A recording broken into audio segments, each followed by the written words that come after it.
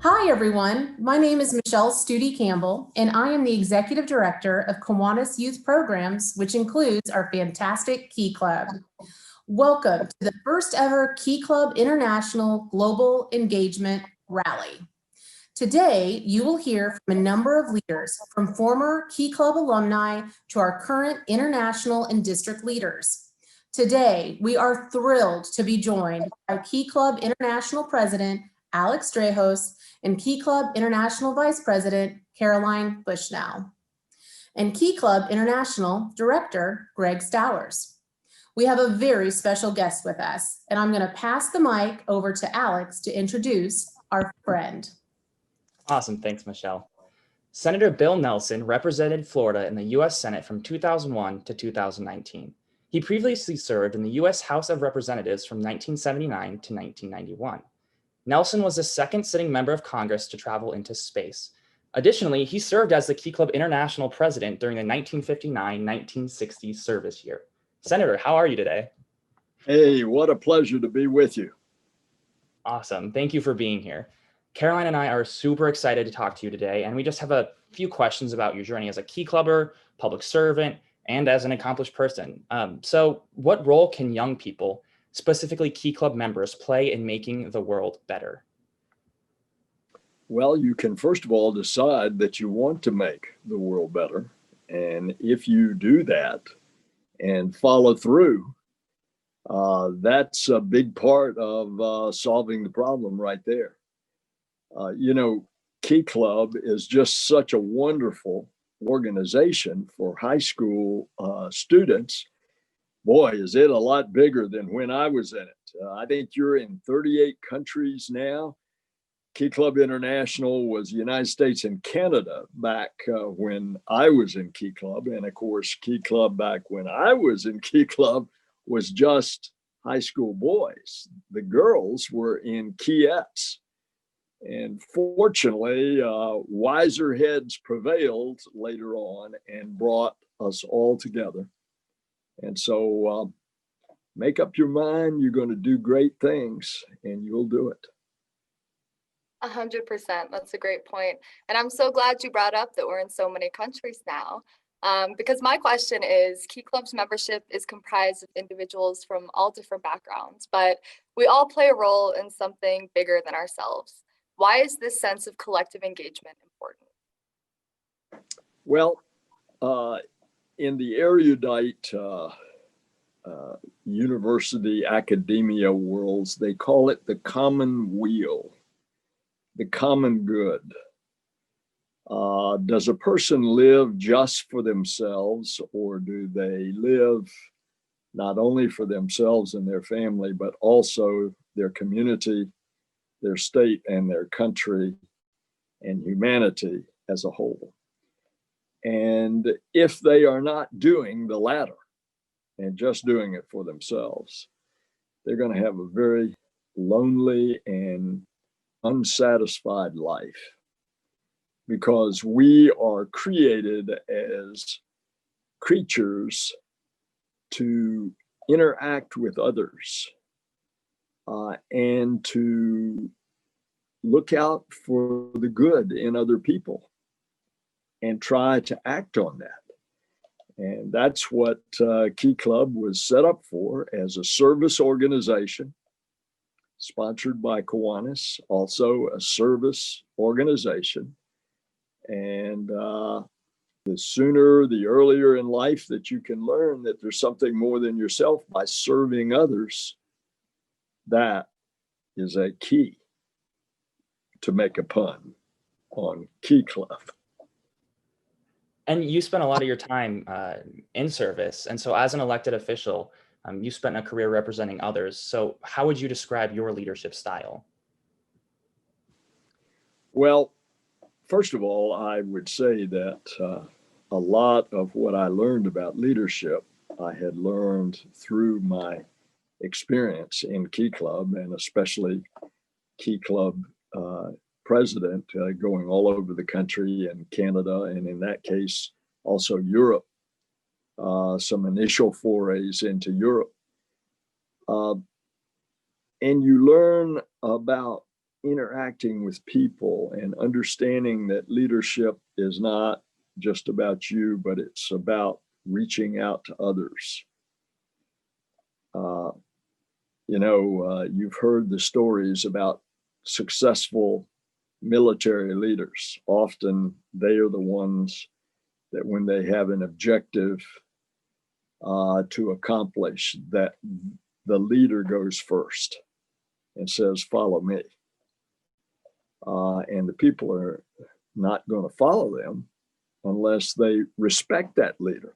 All of these kind of values, I think I had learned early on in many different experiences, but Key Club was certainly a major one of them. Now, back to your question. Was it specifically what? It was just anything when you've been representing people in your career. So how would you describe your leadership style because of that? Style. Well, my style is to be much more direct, straightforward, try not to beat around the bush, listen. By the way, that's one of the most important things about leadership is how can you lead and be effective unless you listen? It's in listening that you learn. And so I'd say that's what my leadership style is. Well, it's no wonder that you've been so accomplished in the political world and in the world of service, because that's exactly the mindset that we're trying to instill in all of our Key Clubbers around the world. I'm sure you've gotten this question many times. It's been weighing on my mind since I heard that we were going to be doing this interview. Can you tell us a little bit about your experience as an astronaut? What is space like? We need to know. Well, there's a good example of exercising leadership, and that is being a part of a team. If in a high risk, very pressurized situation like defying gravity and blasting off with almost 7 million pounds of thrust at liftoff on the space shuttle, and I was in the early part of the space shuttle program.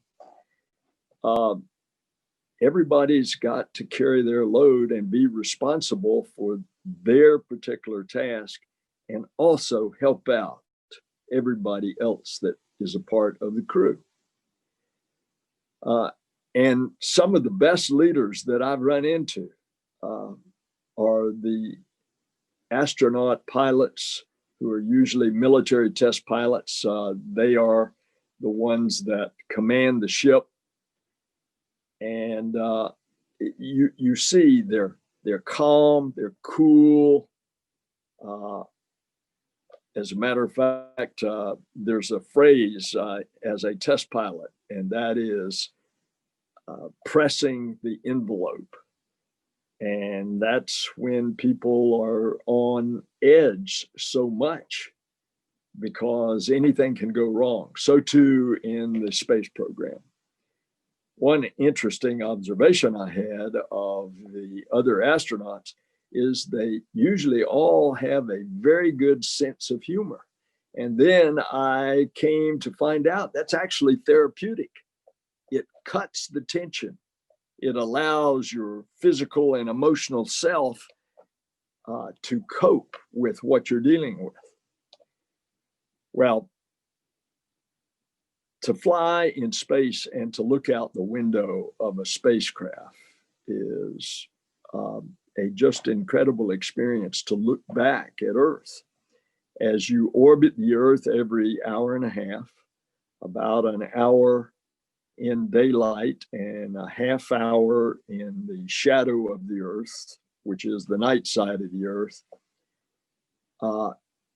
it's just amazing that what you can see from that altitude.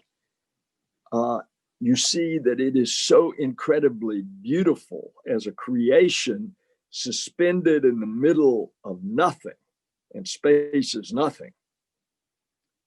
And yet it's so colorful, so alive, and yet it looks so fragile. For example, I could see the destruction of the rainforest in the upper Amazon region when we would come across Brazil, because I could see the color contrasts on the face of the earth below. And then I could look to the east at the mouth of the Amazon River, and I could see the results of the destruction of the trees upriver, because I could see silt out into the Atlantic at the mouth of the river for hundreds and hundreds of miles. Same thing going across Madagascar, the island off the southeast corner of the continent of Africa.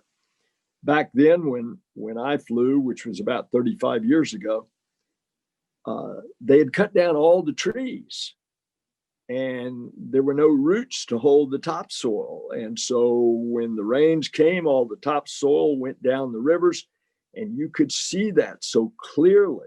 All the mouths of the rivers had all of this silt going into the brilliant blue waters of the Indian Ocean.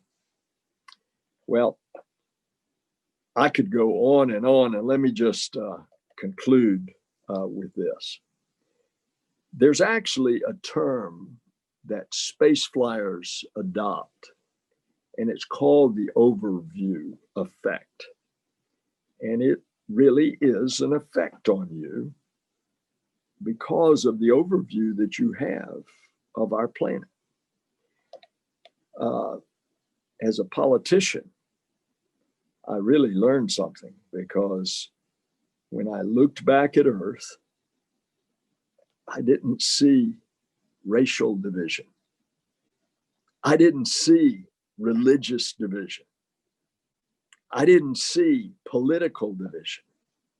What I saw was we are all in this together. We are citizens of planet Earth. And that, I must say, 35 years ago has informed a lot of my public service. Well, I have to say that's fascinating to me. And then you talked a little bit too, just about things not always quite going as planned. And so we often talk about success, but failure is often a good teacher as well. What are some of the lessons that failure has taught you? That number one, that get up, get off the mat, and come back. Because there will always be failure in life. And the question is, are you going to let that failure dominate you? But another very major thing about failure is it is a teaching tool, because from your failure, you can learn what was the mistake, what could I have done better, how could I have been a better person, how should I have treated that encounter with another individual, what did I need to do to pass that test, whatever the encounter is. Failure is important, and overcoming it is even more important. So understanding public office can often be very difficult until you've done it. So I was wondering, what were some of your biggest surprises as a senator or an elected official in any capacity? Well, if you go into public service for the right reason, in other words, think of that now, public service. Okay, I'm going to be a public servant. All right. Am I not to serve the public instead of serving myself? So if you go into it with the right reason and the right attitude, you're going to be fairly successful, and the people are going to fairly well reward you. I must admit, it's a totally different political climate now than when I started. Of course, I started out decades ago, but even when just 2 decades ago that I came into the Senate, it was much more collegial, it was much more civil.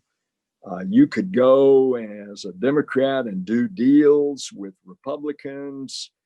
Everybody was a gentleman and a lady, courtliness, all of which in the history of our country sometimes is broken down. Remember in the years leading up to the Civil War, when a senator was almost caned to death on the floor of the Senate. So you've had those kind of breakdowns from time to time. But generally, it has been a place where people would be polite, courteous, respectful, respect the other fella, understand that he has a point of view and your point of view is not the only one, because we've got a big, broad, very diverse and complicated country. And in order to govern, we need to bring people together and build consensus. But it's gotten a lot more difficult now. It's much more partisan. It's much more that politics is a blood sport, that it's in your face politics. That didn't just start now, by the way. I think that started back about the late 1980s when I was a young congressman. And you could see it develop over the years, even though the Senate was still one of the last bastions of gentle and courtliness. And it's gotten away from that. And in order to function, it's going to have to go back to that. So, Senator, to kind of close this out today, I know Alex and Caroline have heard me preach throughout the past few years, but I often talk about transferable skills. What are the skills that you're learning as a Key Club member that can move you forward as you continue to develop? So I know you talked about listening. I know you talked about the importance of humor and also the overview, which I've definitely written down. But what were some of those transferable skills that you learned as a Key Club member? Well, Key Club ought to be about service to your fellow citizen. And in learning that, whether it's doing something for somebody in the high school or whether it's a community project, our Key Club used to have community-wide projects. When I came home from the Army and started my law practice, I joined the Kiwanis Club. It was in the middle of Vietnam. I went out to Melbourne High School, my alma mater, and lo and behold, because of all the war, they had disbanded all the social clubs, and I asked to get it started, and I was their Key Club sponsor. And some of those boys, now very successful young men, and remember, it was all boys back then. It was a delight for me. As a matter of fact, you know what my reward was? We had our district convention, and I went to the Volkswagen dealer and got him to lend me a Volkswagen van to take all of my Key Clubbers to their state convention. And as we're getting there, apparently they had a speaker that had canceled on them, and so they asked me to speak. And I had called up my old college roommate who was in this city where the convention was being held. And I said, get a date and I'll get a date. And after I give the speech to all the Key Clubbers, we'll go out on the town. We'll do a double date. My best friend, who is still my best friend, brought Grace Calvert, who is now and has been my wife for the last going on 49 years. And by the way, just to show you not only how I was rewarded, but I then returned the favor and I set him up with a blind date with the lady that is now his wife of multiple years, and their son is our godson. So do a good deed and you might get rewarded. Well, on that note, Senator, are there any parting words that you have for our members? Like I said, this is like Michelle said, this is the global engagement rally. We'll have students from all around the world, advisors from all around the world. Any parting words for us today? If you keep your eye on service, and it's service for others, you'll never go wrong. November 3rd, we have a huge election here in the United States. October 26th, they have an election in Canada. Over the next year, throughout our Key Club year, there'll be elections all over the globe. For students who are coming of age and are eligible to vote, but think, it's just the first year I'm voting. I can get registered and do it later. I'm just a student. I really don't think my vote's going to matter that much. No matter what country they're in, what would you say? Now more than ever, our country is at a watershed point of what direction are we going? Are we going to come together as a people? Are we going to stop the divisions and the outright insults and hatred that we see? Are we going to reach out to others? A lot of that is going to depend on the government that you elect. Please exercise your right to vote. All right. Thank you for indulging me in that one question. Thank you, everybody. Does anybody else have any questions or anything else? Any other comments? All right. Hey, Ben or Greg. Thanks, Alex. Thanks, Caroline. Screenshot. Thank you, guys.